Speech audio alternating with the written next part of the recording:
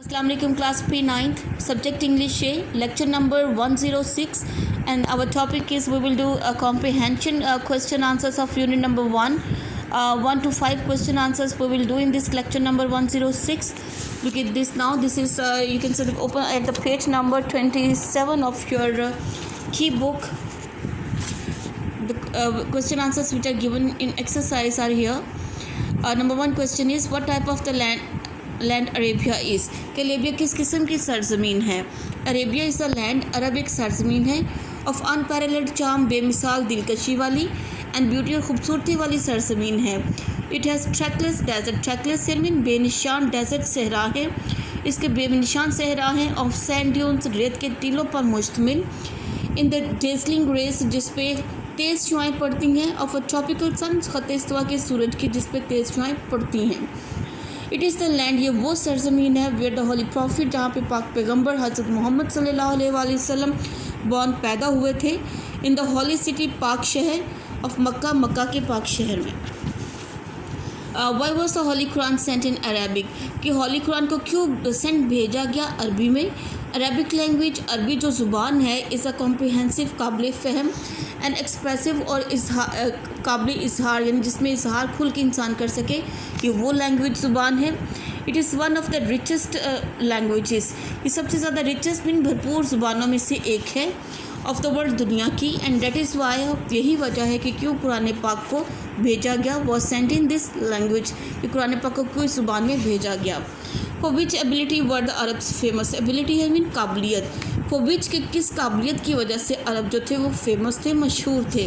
The Arabs were famous, अरब मशहूर थे for their remarkable memory, remarkable अपने शानदार मेमरी हाफजे की वजह से. एंड द ट्रेड है मीन खूबी की वजह से. ऑफ देयर एलिक्वेंस, अपनी खुश बयानी की खूबी की वजह से मशहूर थे. देयर एलिक्वेंस, उनकी खुश बयानी.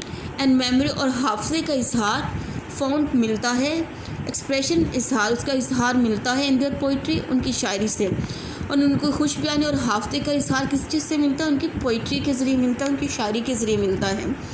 Number 4 question is what was the condition, कि क्या हालत थी ऑफ मैनकाइंड बनी इंसान की बिफोर द रसूल सल्लल्लाहु अलैहि वसल्लम, कि रसूल सल्लल्लाहु अलैहि वसल्लम की आमद से पहले बनी नौ इंसान की क्या हालत थी. Answer is in the 5th and the 6th centuries, कि 5वीं और 6ठी सदियों में.